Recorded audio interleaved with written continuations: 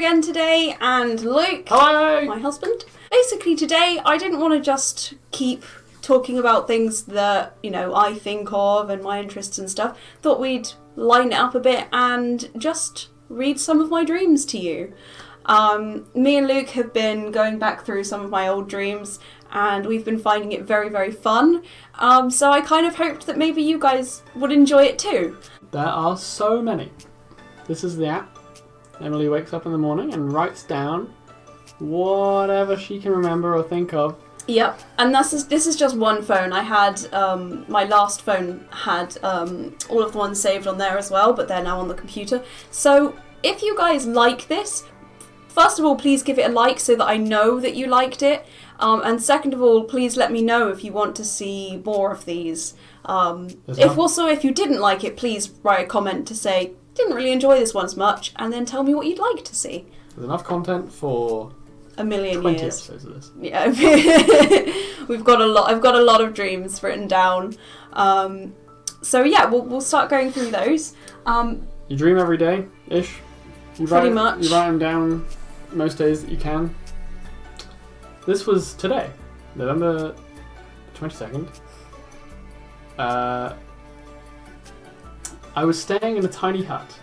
You have to crouch to get in, and it's just a bed and drawers. As in a chest of drawers, but it was like a bedside table, so it wasn't very big. Do you know what? This is because we've been playing Red Dead Online. And I think there's like small hut type things in Red Dead Online, yeah, like so shacks. it's energy of that kind of vibe. So I was going to a school, ? Something with a library that has a vibe similar to the resource centre, which is like the library in our secondary school. I get spotted there, so have to quickly leave, losing those looking for me.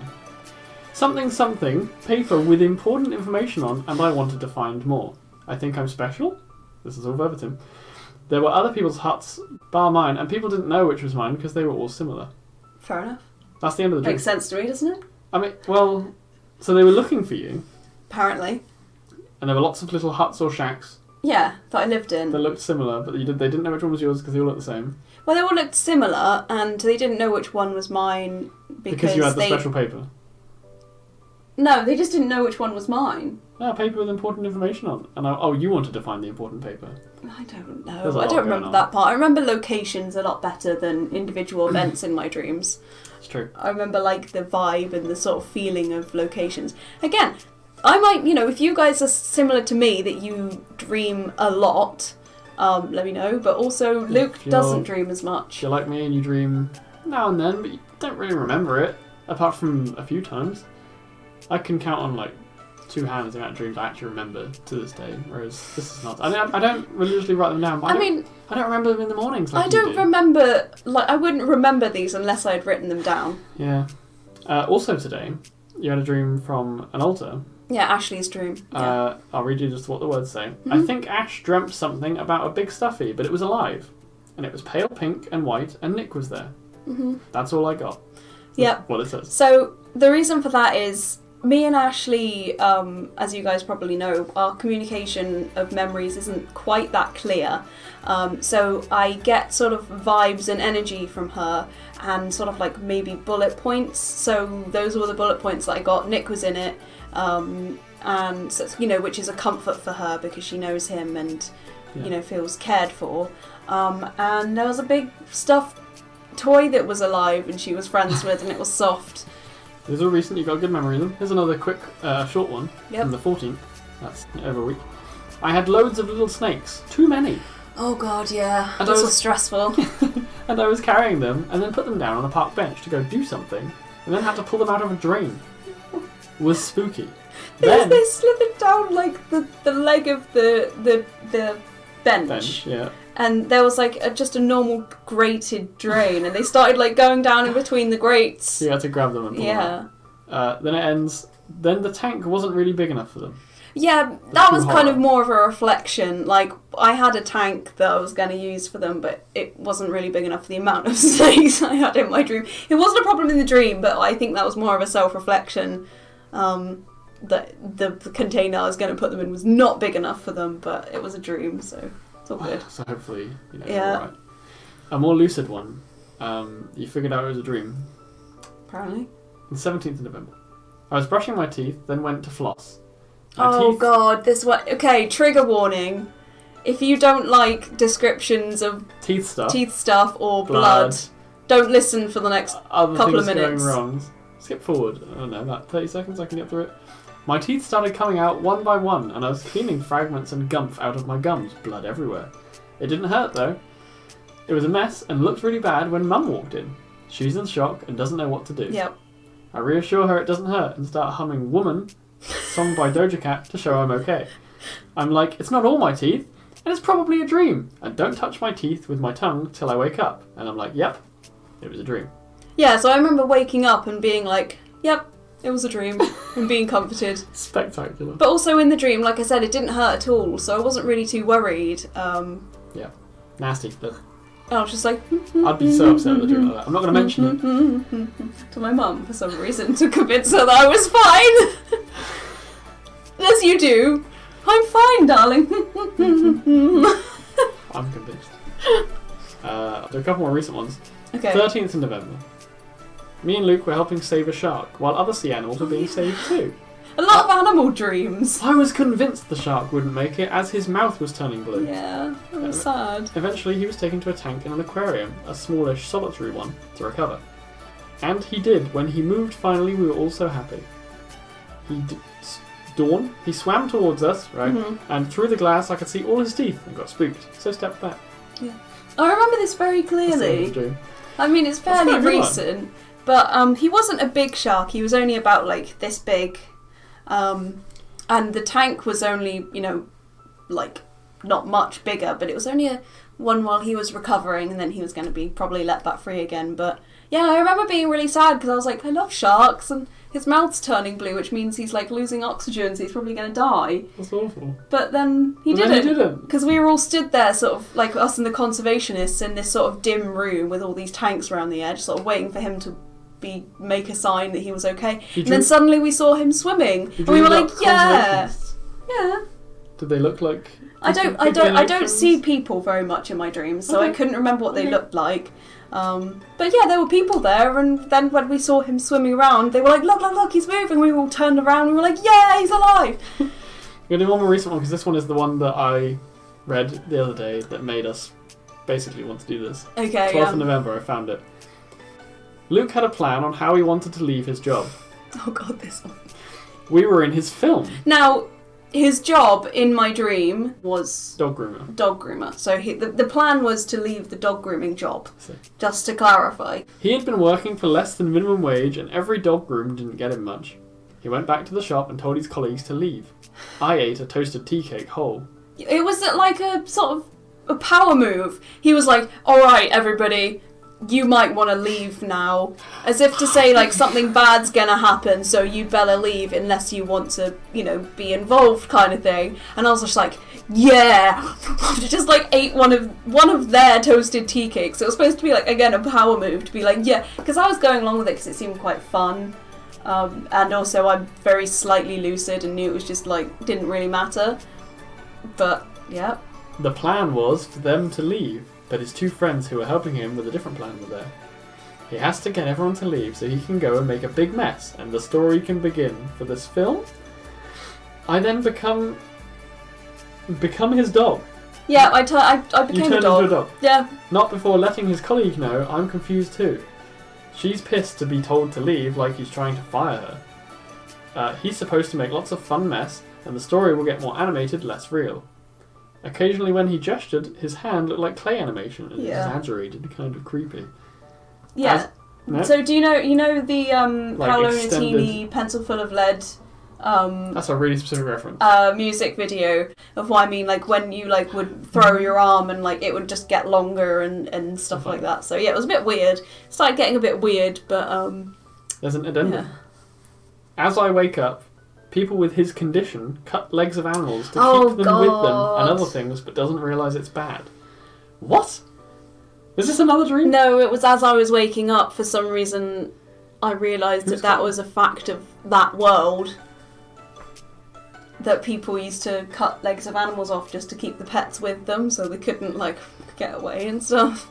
And I remember how awful that was. That's horrible. Yeah, I know. I like slip in little animal cruelty things all over the place in my dreams. Well, you remember them all so well, so let's go back. Yeah, go back, I don't know, for almost as far as you can. Obviously, it's only like a year or so on this phone. We're in 2020. But, again, if you like this, guys, I've got I love this dreams. one. December 9th, 2020. Pirates Raft Friendly. That's what it says. It's backwards. Well, that's too bad. They can see They it's can 3 read words. it backwards. By a mirror. 3 words. Pirates Raft Friendly. Any memories for that one, or is that just a... Not really. That one's a bit of a blur. I don't remember that one very much. Pirates Raft Friendly. Yeah. What more do you want to know? 29th of November 2020. Harry Potter Big Battle. I popped home half-time to check on my sister and feels back? I just popped home in the middle of this battle. Harry Potter Big Battle. Oh, God. No, don't remember that one either. 25th of November 2020. I was part of a show. I didn't remember my role and stuff that well, and nearly walked out on the second half one time. Loads of people came to help with the show. I had loads of monthly clothes and a pair of Lolita shoes! ! My sister came to help. I didn't have a ticket to get in, but I gave it to the ticket lady last night, and she admitted she had it by accident. What? None of that makes any sense. I mean, I remember the beginning part. I sometimes have dreams about... You're like a celebrity. You want to be big. No, I often have dreams about being in a musical theatre group. Aww. Because I used to be in one. I used to be in a youth musical theatre group. And one of the biggest worries for me in that group was being on at the wrong time or being in the wrong position, because I'd often forget exactly where I had to start on the stage. So I do often get dreams that are about that. He's just looking for more dreams to share with you guys. I'm so rude. Some of these have red highlights, which means they're quite sad or upsetting. I don't know if you want me to read any of those. If they're not too dramatic, then maybe. I do have bad dreams sometimes, but a lot rarer, because usually I can just sort of remember or figure out that it's a dream. This one ties into the other thing that happens where you sort of feel like your wake-up life isn't a real wake-up. Oh, so we can read it, and then you can give the context if you'd like. It's quite long. It's a story. It's quite good. Okay. And then, what do you want me to explain the feeling afterwards or before? Afterwards. Okay. So this is a strange one. It's a long one. And it's a little sad, but it sort of ends up a bit hopeful, I guess. 19th of November, 2020. Luke had family and people come over. I don't know who I am, like dissociating, and I've been struggling a lot. A lady I'm close with has dropped off at the same time, but she says she can't see me anymore. I'm sad and hurt. That sounds like an Ashley thing. I'm confused and scared, but a him finds me and keeps looking after me, even though it must be hard. He says, "Look, I'll do a quick operation on you," and holds out a black marker pen and a highlighter. I say okay, and he draws black lines under my eyes and highlighter above the lines. This somehow makes it easier to see, and your eyes feel more awake. Okay. That's nice. I go with him to this meal and wait in another room as people are deciding seats. I feel like no one understands me and is uncomfortable knowing I'll be there. Is it a birthday meal for me? Is in brackets. I feel like a burden. I feel sad and heavy, but he is always there to smile at me and come over, crouch down and hold my hands and tell me it's okay. Even when everyone and my parents are judging because of the pen on my face. We were writing in our book often about how we feel. Also, we got presents for the whole family, and I checked off a print-off list that felt all official and made me feel important. He got it for me in my book. It's kind of helpful, but this ties into the feeling that it's a derealization feeling that this life isn't real. Yeah, I've talked. I think I've told you guys about it before. I've called it fantasy feeling real, derealization. This video. Well, it'll be this video. That video. Well, I'll link it. But obviously, Luke knows all about that feeling, as it's fairly common. But sometimes dreams will trigger it for me. So I'll wake up from a dream, and a consistent character is what I always call him. And it's not necessarily always romantic, it's just a male figure that knows me and is caring and considerate and a trustworthy person that as soon as I wake up in the morning, for about half an hour, up to hours and hours in the morning, I believe is real. I know realistically it's the two-hand thing. On one hand, I know he absolutely isn't real and this is stupid, but on the other hand, I feel like him and a whole other world is waiting for me to wake up. Like I'm in a coma or something. So sad. And that he's out there waiting and reaching out for me, and the only way that he can get to me is through my dreams. Because that's him sat next to me in my hospital bed or something. He's there trying to communicate to me, and the only way that gets through is through my dreams. So in the morning I'm lying there being like, I'm here, I know you're real, like I know you're there, and one day we'll meet again. And then like half an hour or a couple of hours pass and I'm like, oh god, it's so embarrassing. Well, I think it's just a sad part. I don't know whether it's derealization or some other aspect of my brain. I've spoken about it before, but yeah, it comes from dreams as well, not just watching films. So yeah, that's a sad part of some of my dreams. So great. Going back a little further, still 2020. Mm-hmm. It's like a video gamey one.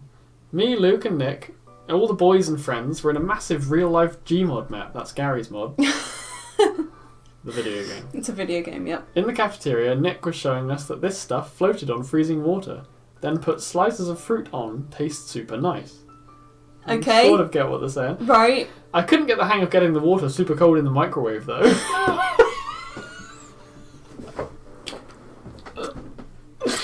I'm not surprised. I'm not surprised. And there's more. I decided to go off looking for killers. So part of the game. Went down into the basement-ish, found some, and shot gun at them so they have to play dead. So then it's like not a game because you're actually they're pretending to play dead. Yeah, it's like a real life game. It's like LARPing. Oh god, Gmod laughing. Yeah. They have to do generators? ? Another video game. Yep. Trope. I hunt a few more with a baseball bat. Yep. Go back to the cafeteria and another friend of yours is there helping, and Luke and Nick are there. Okay. We're all just hanging out. That's a nice dream. That's just it's playing games with my friends, which I do a lot, so it's, understandable that it's in my dreams. Let's go right back. Okay. 3rd of August. This is nearly the earliest one we've got. 2020. Okay. There are more backed up on the computer from an old phone, yeah. But that's the latest we got. You've titled this one Sneaky Game Escape. It's also got a star, which is very good. Me, Luke, and Nick were going to play Dungeons and Dragons at a place. Okay. We realised we forgot a boss character sheet, so we had to go back home. Aww. Mum and Dad were home. We remembered we hadn't made the character sheet, but also that Dad had made loads in the past and kept them all in a drawer. For context, my dad used to do other board games and sort of like role-play type board games. Yeah, he did Hero Quest, and he used to write campaigns and stuff for them, so that makes sense. Okay. So I showed the best way to quietly climb in through a window on the 2nd floor. Mm-hmm. Into our house, that is. In brackets it says first, but I don't care. Like as if you got it wrong, but you didn't edit the text, you just wrote first in brackets. First floor? Yeah. Well, I always get confused between ground floor and first floor. Well, in England, it's I know. So it's the when first I'm floor very or tired. The 2nd floor. Okay. Well, you went back or you fixed it at the time, but didn't fix it. Climbed through the window on the 2nd floor. We all made it in, but Mum and Dad heard something. Went outside to look into the roof. Onto the roof? Into the roof? Onto the roof. But we hid, so they went back to settled. Aww. That's a nice way of putting it. We found the secret sheet and went and played, which felt like watching a film or something. Then we hear someone and all try and get out the windows. Luke out. Oh, I remember this actually. One me and Nick out, the other in panic. Yeah. Oh, Luke out one window. Me and Nick out the other in panic. We make it to the ground as they come out the back door and see Nick and ask him what he's doing. He tells them and they laugh, like you could have just said, so we come out. Yeah.